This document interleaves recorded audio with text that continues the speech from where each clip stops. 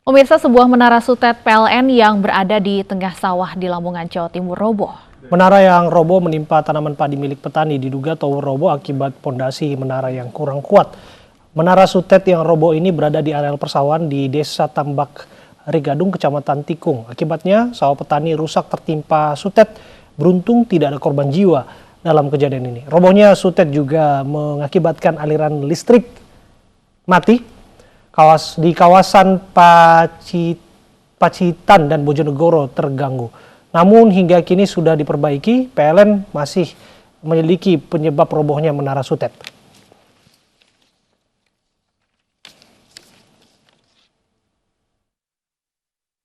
Ya, tadi malam itu sudah ada rembukan antara dari pihak PLN dengan desa. Itu PLN siap memberikan ganti rugi, tapi nilainya belum tahu. Yang jelas siap.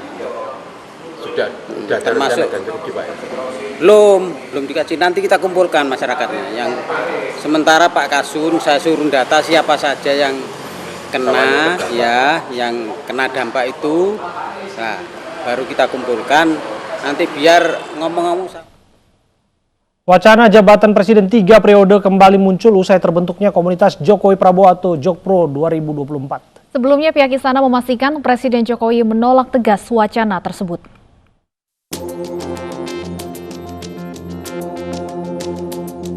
Isu liar jabatan Presiden 3 periode baru-baru ini kembali mencuat. Pemicunya adalah kemunculan komunitas pendukung Jokowi Prabowo 2024 atau Jokpro. Komunitas ini bahkan sudah meresmikan markasnya di kawasan Mampang, Jakarta Selatan, Sabtu kemarin. Penasihat Jokpro yang juga merupakan Direktur Eksekutif Indobarometer M. Kodari menyatakan, pendirian komunitas ini berjuang untuk menyatukan pendukung Jokowi dan Prabowo. Ia juga mengaku ingin menjadikan Jokowi Prabowo sebagai pasangan Capres dan Cawapres, sehingga tidak terjadi polarisasi dalam Pilpres 2024. Nah, mengenai Jokowi Prabowo sendiri, kita melihatnya sebagai sebuah solusi terhadap masalah pembelahan atau polarisasi ekstrim di masyarakat Indonesia yang 2014, 2017, 2019 itu makin dalam, makin kencang, dan kita lihat nanti bahayalah tahun 2024 yang akan datang, bahaya banget gitu.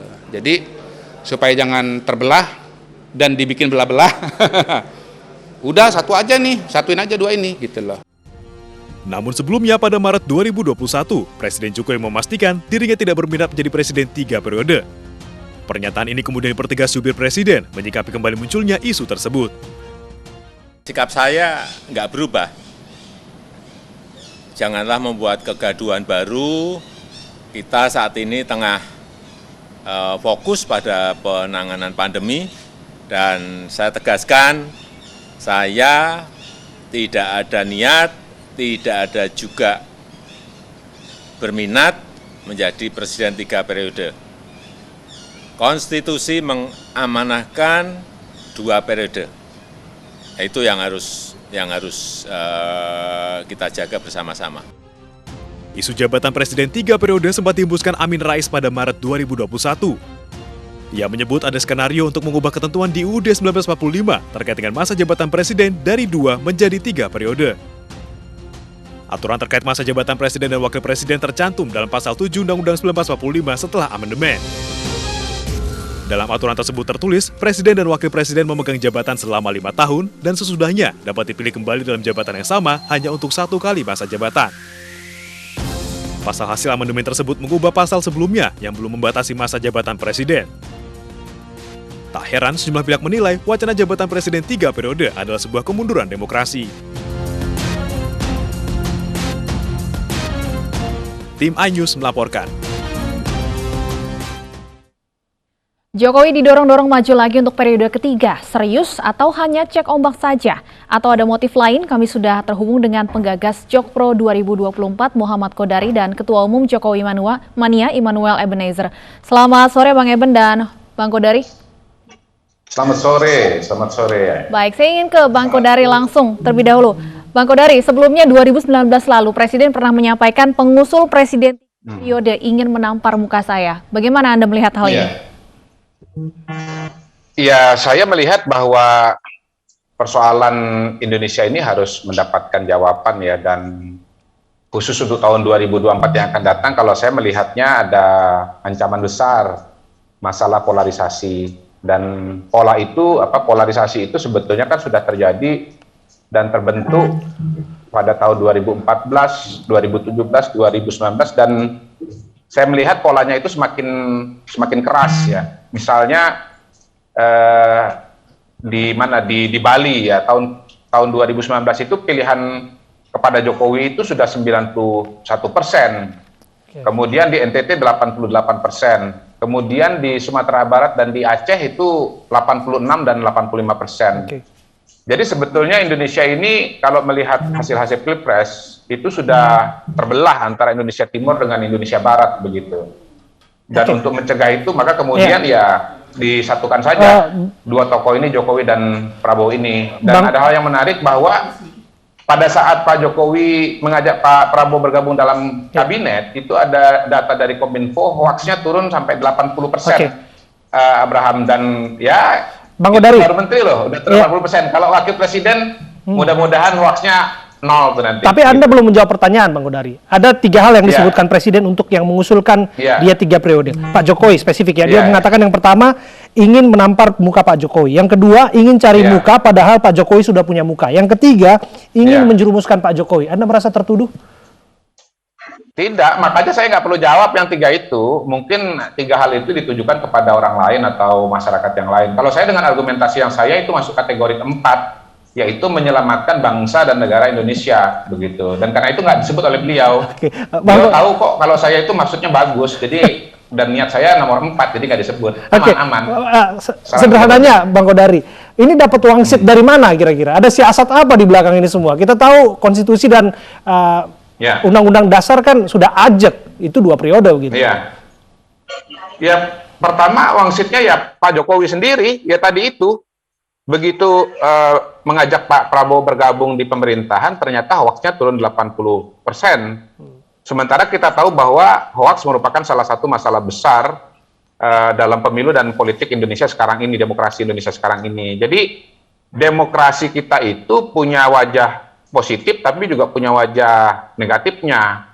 Dan wajah negatif ini semakin lama semakin menguat dengan naiknya hoax, dengan naiknya politik aliran, begitu. Sampai pada titik di mana menurut saya nanti bisa sampai pertumpahan darah, begitu. Kita jangan lupa bahwa misalnya di Pilkada Jakarta, itu sampai satu titik di mana ada seorang nenek yang meninggal dunia, itu mau dikuburkan, mau disolatkan, dia dilarang karena memilih Ahok, begitu loh. Jadi menurut saya fenomena yang terjadi di 2019 itu akan menguat di tahun 2024. Tapi itu bisa saja akan didebat orang bahwa ini normatif sekali.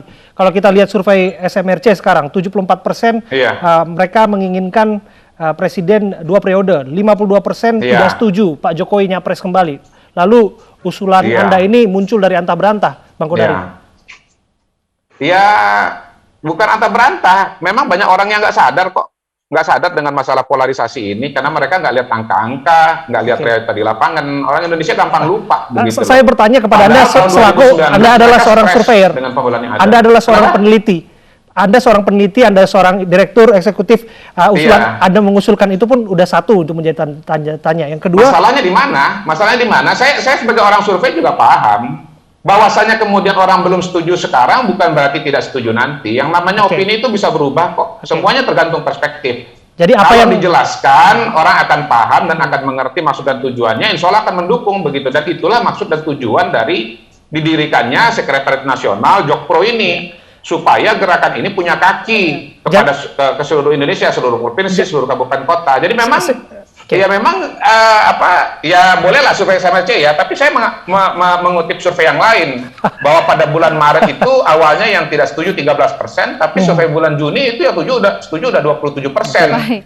Yang tidak setuju dari 61% turun 52%. Jadi sebetulnya sudah ada perubahan. Nah, itu baru single fighter saya. Bagaimana nanti kalau bergerak seluruh Republik Indonesia? Insya Allah akan berubah. Baik, kita coba dengarkan tanggapan dari Ketua Umum Joman, Bang Ebenezer. Seperti apa tanggapan Anda?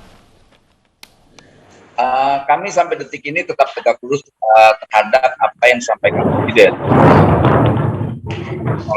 Gagasan ini. Nah, kita selama ini gagasannya original dan kemudian bisa dirasionalisasikan. menurut kami tidak masalah, tapi yang jelas kita tetap mengawal apa yang sudah disampaikan oleh Presiden itu sendiri, menolak gagasan pusat ini. Menurut saya Pak Kodari telah melakukan penyesatan logika yang menurut saya liar ini, karena menurut saya ini mencederai demokrasi. Pertama, kedua mencederai konstitusi, tiga juga mencederai dan mengkhianati perjuangan kita di 98. Nah, salah satu isi perjuangan kita di 98 adalah membatasi kekuasaan presiden. Bang Noel, supaya tidak lagi melakukan sesat politik seperti inilah. Bang Noel, yang Anda tangkap ada siasat apa di balik usulan ini dari seorang Pak Kodari yang disebutkan tadi adalah seorang surveyor, tapi dia punya hak untuk mengusulkan dan menggagas Jokpro. Pertanyaan menarik. Yang saya khawatirkan, Pak Kodari ini mendapat titipan dari Brutus-Brutus istana yang berharap kekuasaannya menambah dan dengan bisnisnya menambah. Nah, itu yang siapa Brutus itu, Pak Eben? Coba sebut namanya yang Anda maksudkan Brutus itu. Jangan asal tuduh. Berdosa Anda. Anda justru menyesatkan publik dengan menyebut Brutus-Brutus. Sebut namanya. Apa maksud dan tujuannya? Yang jelas Brutus-Brutus ini punya kepentingan untuk menggerogoti Mas. Iya, siapa Brutus itu? Sebut namanya. Nggak boleh Anda asal tuduh seperti itu. Namanya tanpa dasar, tanpa bukti. Kalau nggak punya dasar, nggak punya nama, nggak usah sebut deh, nggak usah ngomong deh. Tapi begini, itu namanya insinuasi. Dia sebut itu ada di istana, Brutus itu. Bagaimana Anda menjelaskannya, Bang Noel, agar ini tidak liar? Orang ini punya kepentingan untuk merusak legitimasi presiden. Kedua, ini merusak tatanan demokrasi yang sudah kita sepakati bersama. Dan ketiga, para garong-garong ini menikmati kekuasaan yang hari ini terjadi. Itu justru menurut saya ya Bang Ebenezer ini telah menyesatkan opini dan wacana ya. Karena apa? Karena kita bukan bicara tidak ada pembatasan, ini tetap ada pembatasan kok. 3 periode dari 2 menjadi 3, biasa itu ada dinamika gagasan. Tidak punya beban sejarah dan beban yang lainnya. Lalu bagaimana dengan kita? Kita tetap memahami dalam konteks demokrasi sah-sah saja wacana ini. Tapi wacana ini akan menjadi bencana buat demokrasi itu sendiri. Baik. Ya justru saya sedang berusaha mencegah bencana. Bencana itu tidak satu macam. Bencana yang lebih nyata itu adalah bencana polarisasi. Dan sekali lagi saya katakan, jangan disamakan dengan Orde Baru. Orde Baru itu tidak ada batasan terhadap masa jabatan. Kalau ini ada. Cuman tambah 1 periode saja untuk menyelesaikan masalah yang nyata, begitu. Oke, saya kembali ke Bang Kodari. Bang Kodari, sudah sepiring berdua Pak Jokowi Prabowo. Apa yang salah lagi? Apa yang menjadi masalah lagi soal polarisasi ini? Ya, nanti kalau bukan beliau berdua, polarisasi yang terjadi seperti tahun 2014-2019 itu akan terulang dan dalam skala yang akan lebih tidak terkendali, begitu. Nah, kalau Jokowi dan Prabowo ini bergabung, maka ya saya melihat kemungkinan besar itu akan satu pasang saja. Jokowi Prabowo lawan kotak kosong. Nah, kalau lawan kotak kosong tensi politiknya akan turun drastis, akan turun luar biasa begitu. Dan pintu, mohon maaf ya, kalau bicara undang-undang dasar ya, pintu masuk saya bukan pasal 7. Pintu masuk saya adalah pasal 37, amandemen Undang-Undang Dasar 45 gitu loh. Jadi ya sah-sah saja, Anda mau masuk pasal 7, saya masuk pasal 37. Ya kalau kita bicara pasal 37, maka usulan ini ya tidak ada masalah sama sekali secara konstitusional begitu loh. Iya, kita tinggal bertarung saja secara opini, secara pendapat, secara politik di lapangan. Jangan dicegah saya untuk ngomong dan berbicara gagasan yang menurut saya penting dan relevan ini. Pak Kodari, tapi tentunya ada masalah secara konstitusional. Kita tahu ada undang-undang yang membatasi jabatan presiden dan sebelumnya pun kita tahu pernah ada gugatan ke MK terkait jabatan Wapres 3 periode terkait dengan Yusuf Kala pun juga ditolak. Bagaimana kemudian Anda yakin proses hukum untuk melenggangkan Jokowi 3 periode ini bisa berjalan dengan lancar? Iya, nah itu yang saya bilang tadi itu, Undang-Undang Dasar 45 itu mengatur, ya membolehkan ya upaya melakukan amandemen atau perubahan terhadap pasal-pasal yang ada di Undang-Undang Dasar 45 begitu. Oke. Nah, syarat-syaratnya sudah tertulis dengan tegas di situ. Oke. Diusulkan 1/3 anggota MPR, ya dihadiri 3/4 anggota MPR dan disetujui oleh 2/3 anggota MPR begitu. Oke. Nah, sejauh kemudian gagasan ini tersebar di masyarakat, nyampai kepada elit politik dan didukung oleh masyarakat Indonesia, kalau itu dilakukan, ya mengapa tidak, ya? Dan kita sudah pernah melakukan perubahan Undang-Undang Dasar pada tahun 99, 2000, 2001. Singkat saja terakhir, Kalau Bang sekarang Noel. setelah sekian tahun kita melakukan amandemen lagi menyesuaikan dengan situasi kondisi sekarang, mengapa tidak? Gitu. Ini buat saya ini wake up call bagi elit politik dan Bang Noel, masyarakat Indonesia. bagaimana Anda melihat Pak Jokowi menolak dan partai politik pun termasuk PDIP kan bilang tidak akan mengusungkan Pak Jokowi. Kalau amandemen itu proses politik, bagaimana Anda melihatnya? Bang Noel. Jadi saya. Iya, Bang Noel, silakan. Oke. Lagi, ini partai pemerintah yang sebetulnya mengusung Pak Jokowi sendiri menolak gagasan 3 periode ini. Kedua, saya sebagai pendukung beliau juga dengan tegas menolak. Apalagi saya sebagai aktor di 98 yang melakukan perlawanan terhadap rezim tirani Orde Baru. Salah satu perjuangan kita adalah membatasi kekuasaan eksekutif, yaitu presiden. Jadi menurut saya, pusat yang disampaikan Pak Kodari ini menurut saya sudah bahaya buat demokrasi. Kalau argumentasinya polarisasi sebetulnya sederhana saja. Sudah gagasan apa yang disampaikan Pak Prabowo, nah itu bisa didukung oleh Pak Jokowi melalui mekanismenya pemilu dan sebagainya. Kemudian Pak Jokowi bisa juga mendukung Mas Ganjar misalnya. Artinya tanpa harus melanggar konstitusi. Terima kasih Bapak. Itu sendiri. Saran saya tetap pada apa yang disampaikan Pak Presiden. Tidak melanggar. Kalau undang-undangnya diubah ya, undang-undang dasarnya diubah ya tidak melanggar. Baik. Saya berharap pada kesempatan lain kita akan berdiskusi. Terima kasih Pak Kodari dan juga terima kasih Bang Noel sudah berbincang bersama kami. Pemirsa, 14 tahun buron terpidana kasus pembalakan liar Adeline Lis ditangkap di Singapura dan kini jalani karantina. Informasi selengkapnya akan kami hadirkan usai jeda berikut.